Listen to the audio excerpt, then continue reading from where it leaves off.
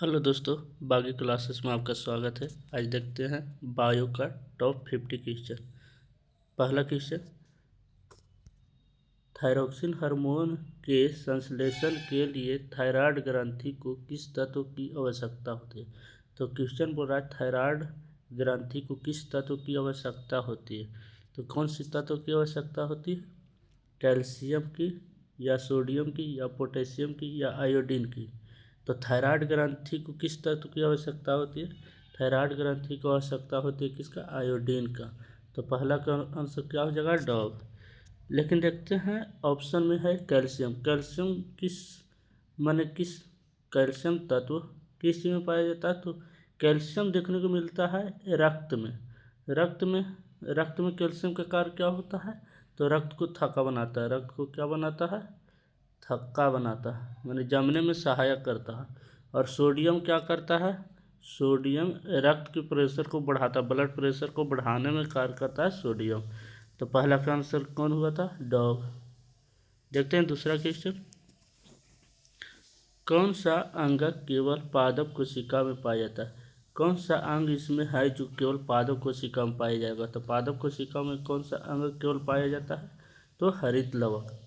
तो दूसरा का आंसर ए हो जाएगा। देखते हैं अगला क्वेश्चन, निम्नलिखित में से कौन सा विकल्प ठोस पदार्थों के गुण को नहीं दर्शाता। कौन सा विकल्प है जो ठोस पदार्थ के गुण को नहीं दर्शाता है। ठोस पदार्थ के गुण को कौन नहीं दर्शाता है, तो रक्त ठोस पदार्थ के गुण को नहीं दर्शाता है, क्योंकि रक्त क्या है, सरल संयोजी ऊतक है। तरल संयोजी ऊतक है। तो रक्त क्या हो जाएगा, तरल संयोजी ऊतक, इसलिए यह ठोस के गुण को नहीं दर्शाएगा, यह क्योंकि तरल है। अगला क्वेश्चन में बोल रहा है, क्या होता है जब मटर के पौधे को एक विकल्पी जोड़ के स्थान पर दो विकल्पी जोड़े, जैसे लंबे बौने लक्षण गोल झुर्रीदार का अध्ययन करने के लिए संकरण कराया जाए। तो लंबे बौने और झुर्रीदार को, तो इसका ऑप्शन कौन सही हो जाएगा, कैट। Option cat.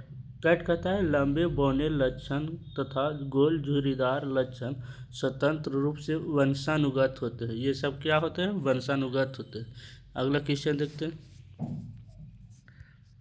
किसी परितंत्र में कौन सा जैविक घटक सबसे अधिक संख्या में मौजूद होता है।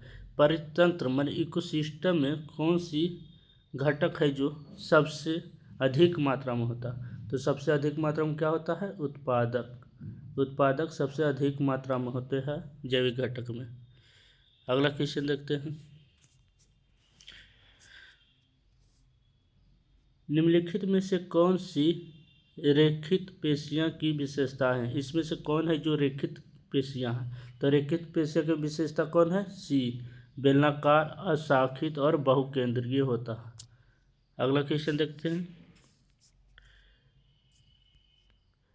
मस्तिष्क से निकलने वाली कपाल तंत्रिकाएं और मेरुरज्जु से निकलने वाले मेरु तंत्रिकाएं मिलकर क्या कहलाते हैं। तो कपाल तंत्रिकाएं और मेरुरज्जु से मेरु तंत्रिकाएं मिलकर क्या कहलाते हैं, परिधीय तंत्रिका तंत्र कहलाते हैं। Option A. अगला क्वेश्चन, किसी जीव के प्रत्येक विशेषक निम्नलिखित में से किससे प्रभावित होते हैं। कोई भी जीव होता है उसके विशेषक किससे प्रभावित होता है, तो डीएनए से होता है। डीएनए भी किसका डीएनए से, तो माता और पिता दोनों के डीएनए से। Option D. अगला क्वेश्चन, जाइलम ऊतक में कौन सा तत्व परस्पर जल संवाहक चैनल बनाते हैं। जाइलम ऊतक है तो उसमें कौन है जो जल संवाहक माने जल को ले जाने के लिए चैनल का कार्य करता है। तो जाइलम 4 प्रकार के होते हैं, उसमें बहिका और बहिनिका चैनल का कार्य करता है जल को ऊपर पहुंचाने के लिए। जाइलम होता है जो एक दिशीय होता है और फ्लोएम होता है जो द्विदिशीय होता है। अगला क्वेश्चन, निम्नलिखित विशेषताओं में से कौन सी उपकला एपिथेलियम ऊतक के लिए एक विशेषता नहीं है। कौन सा ऊतक है, माने कौन सा उपकला एपिथेलियम ऊतक की विशेषता नहीं है? नहीं कौन है इसमें? तो इसके बाह्य रेशेदार आधार झिल्ली द्वारा नीचे रहने वाले ऊतकों को अलग किया जा सकता है, ये इसका विशेषता नहीं है। अगला क्वेश्चन, निम्नलिखित में से कौन सा मूत्राशय के दाब को नियंत्रित करता है? ये ऑप्शन 4 है, इसमें से कौन सा जो मूत्राशय के दाब को कौन नियंत्रित करता है? तो तंत्रिका तंत्र है जो मूत्राशय के दाब को नियंत्रित करता है। अगला क्वेश्चन, विभोजोतक की कोशिकाएं अत्यधिक क्रियाशील होती है, लेकिन उसके पास किसका अभाव होता है? विभोजोतक है जो बहुत अधिक क्रियाशील होता है, लेकिन उसके पास एक चीज़ का अभाव होता है। किस चीज़ का अभाव होता है? वैक्यूल्स का। वैक्यूल्स का अभाव होता है, तो रसधानी। वैक्यूल्स को क्या कहते हैं? रसधानी। अगला क्वेश्चन, कोशिका में निम्नलिखित अभिक्रिया कहाँ होता है? कोशिका में निम्नलिखित अभिक्रिया कहाँ होता है? 6 कार्बन वाले अणु ग्लूकोज के 3 कार्बन वाले अणु में टूटते हैं, तो यह क्रिया कहाँ होता है? कोशिका द्रव में होता है। अगला क्वेश्चन, कह रहा है सही विधान का चयन करें। कह रहा है इनमें से कौन सही है? तो सही कौन है देखते हैं। इस एरोबिक प्रक्रिया में ऊर्जा का विमोचन अवायवीय प्रक्रिया की तुलना में अधिक होता है। एरोबिक में अवायवीय की तुलना में अधिक होता है, पूछ रहा है, तो हाँ अधिक होता है। एटीपी खंडित हो जाता है, एटीपी माने टूट जाता है, जिससे एक निश्चित मात्रा में ऊर्जा उत्पन्न होती है, ये बात सही है। जो कोशिका में होने वाली ऊष्माक्षेपीय अभिक्रिया को संचालित करती है, सही बात है, ये भी सही है। पाइरूवेट लैक्टिक अम्ल में परिवर्तित हो जाता है, जो एक 3 कार्बन वाला अणु भी है, सही बात है। पाइरूवेट 3 कार्बन वाला अणु होता है, तो ऑप्शन ए हो जाएगा, सब सही है। अगला क्वेश्चन, कह रहा गलत वाक्य को पहचानिए। इसमें कौन गलत है? तो गलत इसमें कौन है?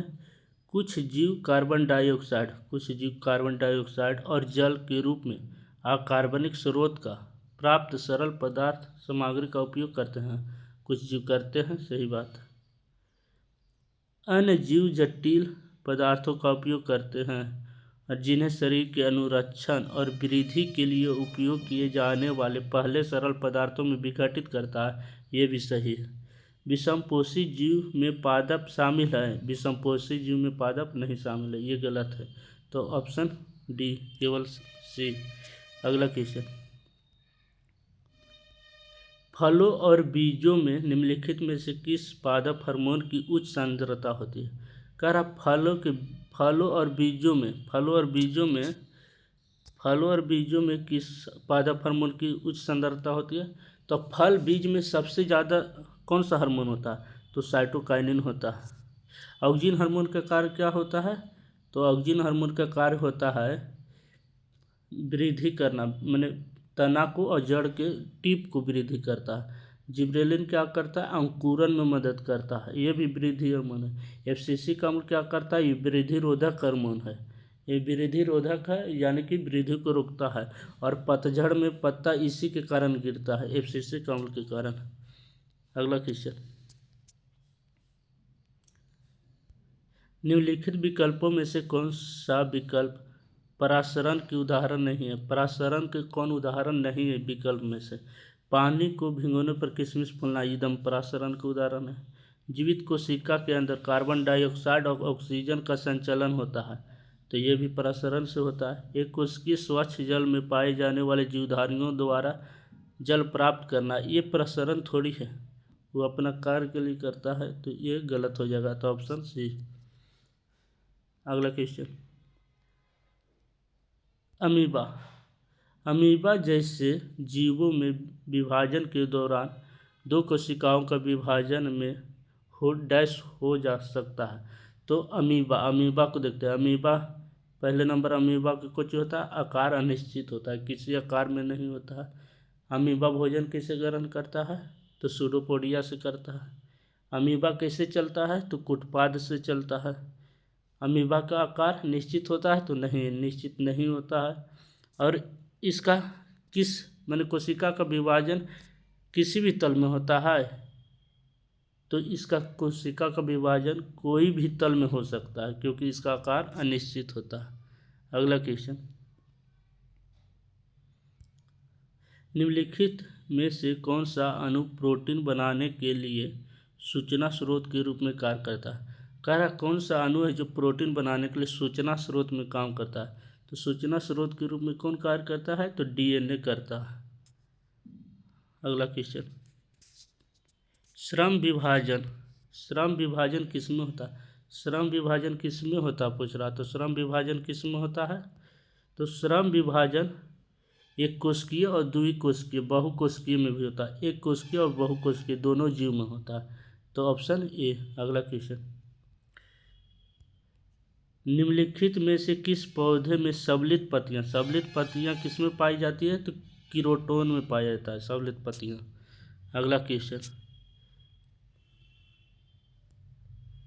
स्थलीय परितंत्र में हरे पौधे द्वारा ऊर्जा का कितना प्रतिशत ग्रहण किया जाता है? स्थलीय परितंत्र में जो हरे पौधे ऊर्जा लेते हैं उसमें कितना प्रतिशत लेते हैं? तो 1% लेते हैं। अगला क्वेश्चन, निम्नलिखित में से कौन सबसे अधिक पाया जाने वाला सरल स्थायी ऊतक है? सरल स्थायी ऊतक होते हैं उसमें कौन सबसे अधिक पाया जाता है? तो पैरेन्काइमा। पैरेन्काइमा का कार्य क्या है? तो पैरेन्काइमा का कार्य है पैकेजिंग करना, फूड को पैकेजिंग ये करता है।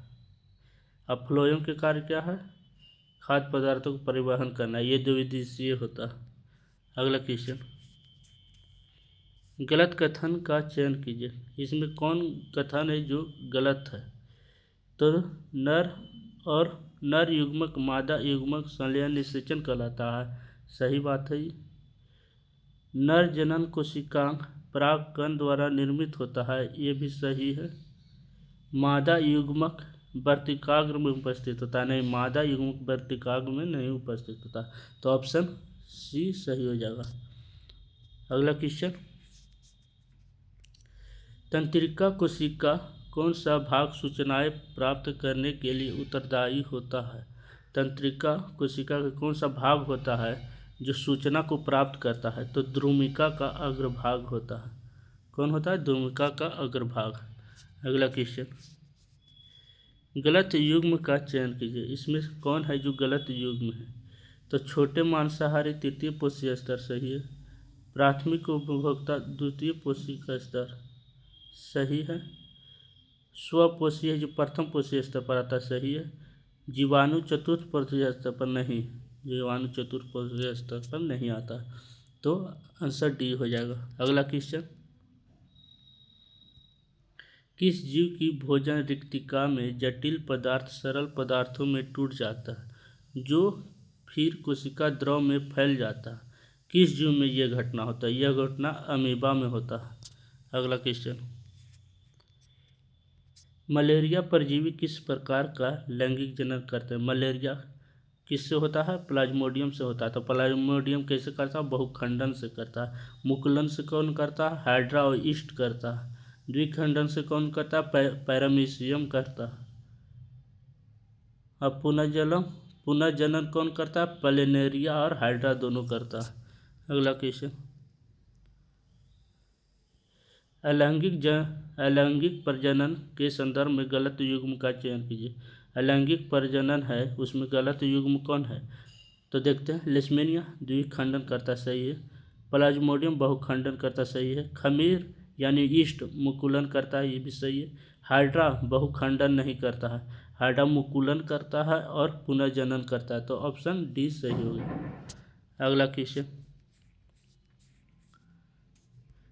पदार्थों के हार्मोन के कार्यों के बीच सही मेल को पहचान कीजिए।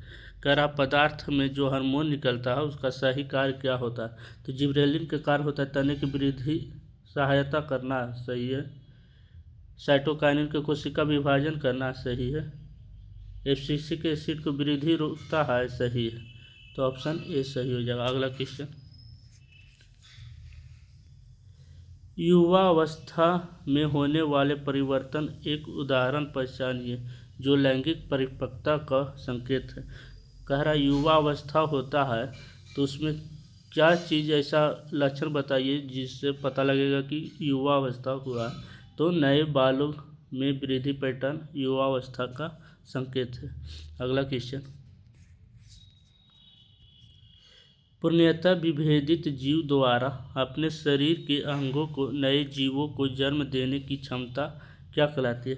पूर्णतः विभेदित होता है और जीव द्वारा एक नए शरीर के अंगों के ही द्वारा एक नए जीव का जन्म देता है, उसे क्या कहते हैं, पुनर्जनन कहते हैं। पूर्ण जनन कौन करता है, हाइड्रा करता है, और कौन करता है, प्लेनेरिया करता है, और मुकुलन भी हाइड्रा भी करता है। अखंडन द्विखंडन ईस्ट करता है, युगलिना बोलो, युगलिना करता है द्विखंड। अगला क्वेश्चन, निम्नलिखित में से कौन सा नेफ्रॉन का एक कप के आकार का भाग होता है। नेफ्रॉन के कप के आकार के भाग को कुछ कहते हैं, तो उसे कहते हैं बोमेन संपुट कहते हैं। अगला क्वेश्चन, कृषि परियोजनाओं के लिए गन्ना, गुलाब या अंगूर जैसे पौधों को उगाने के लिए लेयरिंग और ग्राफ्टिंग की जैसी विधियां को अपनाई जाती है, तो उस विधि को क्या कहते हैं, वनस्पति प्रवर्धक कहते हैं। लेयरिंग और ग्राफ्टिंग में क्या होता है कि जड़ तने से कोई मैंने तना को कोई काट दिया और दूसरा जगह लगा दिया, वो तना एक पेड़ बन जाएगा। अगला क्वेश्चन, निम्नलिखित में से कौन सा कथन परितंत्र को संबंधित है, परितंत्र से संबंधित है। तो कह रहा है इसमें जीवधारियों युक्त जैविक घटक सम्मिलित होते हैं। परितंत्र में जैविक घटक होते हैं। जैविक घटक किसे कहते हैं, जीव। जैविक मतलब होता है जीव, जीव मतलब क्या होता है, सजीव, जिसमें सजीव माने सजीव जान हो, जैविक घटक। तो हाँ, परितंत्र में जैविक घटक होते हैं। अगला क्वेश्चन, अगला है ऑप्शन, हरे पौधे और कुछ जीवाणु उत्पादक होते हैं। हाँ, हरे पौधे और कुछ जीवाणु उत्पादक होते हैं, जैसे जीवाणु, साइनोबैक्टीरिया, ये भी सही है। अगला क्वेश्चन, अब घटक जटिल कार्बनिक को सरल कार्बनिक पदार्थ में विघटित करते हैं। सही बात है, ये भी सही है। अब घटक होता है जो जटिल कार्बनिक को सरल अकार्बनिक में विघटित करते हैं, तो तीनों सही है। तो कौन सा ऑप्शन हो जाएगा, बॉल वाला। अगला क्वेश्चन, प्रत्यावर्ती चाप तंत्रिका तंत्र किस भाग में बनते हैं। प्रत्यावर्ती होता है जो स्पाइनल कोड में बनते हैं, तो स्पाइनल कोड मेरुरज्जु को कहते हैं। प्रत्यावर्ती क्रिया मतलब होता है अचानक होने वाला क्रिया, जैसे गर्म वस्तु को हाथ लगाने पर अचानक हटाते हैं, उसे प्रत्यावर्ती चाप कहते हैं। प्रत्यावर्ती चाप कौन करता है, तो नियंत्रण मेरुरज्जु करता है। अगला क्वेश्चन, दिए गए कथन को पुष्टि कीजिए। पादपों में को कम ऊर्जा की आवश्यकता क्यों होती है। कह रहा है कि पादप को कम ऊर्जा की आवश्यकता क्यों होती है, तो क्योंकि पादप न चलता नहीं है, इसलिए उसे कम ऊर्जा की आवश्यकता होती है, क्योंकि उसमें मृत कोशिका भी, बहुत सारा मृत कोशिका पाया जाता है। तो ऑप्शन कौन हो जाएगा, विभिन्न शारीरिक अभिक्रिया के बीच ऊर्जा की जरूरत भिन्न होती है। पादप गति नहीं करते और उनके अनेक मृत कोशिकाओं का बड़ा अनुपात होता है, इसलिए उसे कम ऊर्जा की आवश्यकता होती है। तो ऑप्शन सी। अगला क्वेश्चन, कोशिका के तरल पदार्थ के लिए प्रोटोप्लाज्म शब्द किसने दिया। प्रोटोप्लाज्म शब्द कौन दिया था, पुरकिंजे ने दिया था। रॉबर्ट हुक किसका खोज किया था, मृत कोशिका के, 1665 ईस्वी में। रॉबर्ट ब्राउन केंद्रक की खोज किया था। बिरचाऊ कहा था 1855 ईस्वी में, बोला था कि कोई भी कोशिका है जो अपने पुराने कोशिका से बनता है। तो बिरचू कहा था कितना ईस्वी में, 1855 ईस्वी में। तो इसका आंसर हो जाएगा ए। अगला क्वेश्चन कह रहा है ACR का पूर्ण रूप क्या है? ACR मतलब स्मूथ इंडोप्लाज्मिक रेटिकुलम। तो स्मूथ इंडोप्लाज्मिक रेटिकुलम कहाँ है? स्मूथ इंडोप्लाज्मिक रेटिकुलम यहाँ। तो ऑप्शन डी। एक होता है स्मूथ इंडोप्लाज्मिक रेटिकुलम ACR, और एक होता है rough endoplasmic reticulum RER। ACR से क्या होता है? वसा का संचय होता है। RER से प्रोटीन का। ACR विष को विनिष्कर्षण करता है, जो कहाँ लीवर में रहता है ACR। और अब प्रोटीन की फैक्ट्री कौन कहलाता है? राइबोसोम। तो प्रोटीन का निर्माण कौन करता है? RER। अगला क्वेश्चन, निम्नलिखित में से किसमें झिल्ली युक्त कोशिकाओं का अभाव होता है? कह रहा है इसमें कौन है जिसमें झिल्ली युक्त कोशिका नहीं होता? झिल्ली युक्त कोशिका किसमें नहीं होता है? तो यूकैरियोटिक कोशिका और प्रोकैरियोटिक दोनों में नहीं, गलत है। केवल यूकैरियोटिक में झिल्लीवात होता है, ना तो यू और ना ही प्रोकैरियोटिक में नहीं होता है, यूकैरियोटिक में होता है। तो केवल प्रोकैरियोटिक कोशिका में झिल्लीवात कोशिका का अभाव होता है। तो ऑप्शन डी। अगला क्वेश्चन है, यौगिक की एक ऐसी श्रृंखला जिसमें कार्बन श्रृंखला में स्थित हाइड्रोजन को एक ही प्रकार का प्रक्रियात्मक समूह प्रतिस्थापित करता है, उसे क्या कहते हैं? एक ही प्रकार का प्रक्रियात्मक समूह होता है तो उसे समजातीय श्रेणी कहते हैं। अगला क्वेश्चन, प्रजातियों की आबादी की स्थिरता के लिए उत्तरदायी प्रक्रिया क्या है? माने किसी भी प्रजाति की आबादी को स्थिर रखना है तो उसमें कौन सी प्रक्रिया जरूरी है? तो प्रजनन करना जरूरी है, तभी उसकी आबादी स्थिर रहेगी। अगला क्वेश्चन, निम्नलिखित में से किस जीव में पुनर्जनन की क्षमता होती है? तो कौन सा जीव है इसमें? तो प्लेनेरिया पहले भी बताए थे, पुनर्जनन की क्षमता इसमें होती है। और एक हाइड्रा में भी होता है। अगला क्वेश्चन है, निम्नलिखित में से किस जीव में विखंडन द्वारा अलैंगिक प्रजनन नहीं होता है? कह रहा है कौन सा जीव है उसमें अलैंगिक प्रजनन नहीं होगा? तो अलैंगिक प्रजनन किस में नहीं होगा? तो केचुआ में अलैंगिक प्रजनन नहीं होगा। प्लाज्मोडियम अलैंगिक होता है बहुखंडन विधि द्वारा।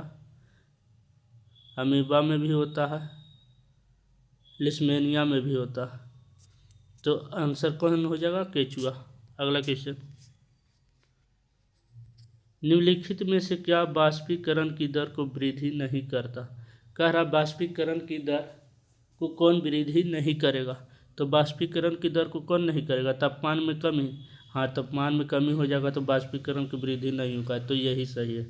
पृष्ठ क्षेत्रफल में वृद्धि हुआ तो बाष्पीकरण की दर बहुत तेज हो जाएगा। पवन की चाल में वृद्धि होगा, बाष्पीकरण की दर तेज हो जाएगा।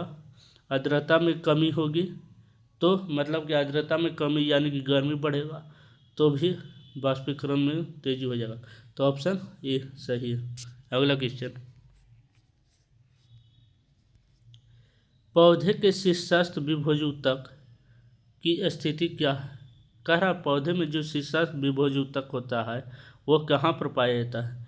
तो तनों और जड़ों के प्रसर्व भाग पे या तने और जड़ों के वृद्धि वाले भाग पे? तो तने जड़ों के वृद्धि वाले भाग पे। अगला क्वेश्चन,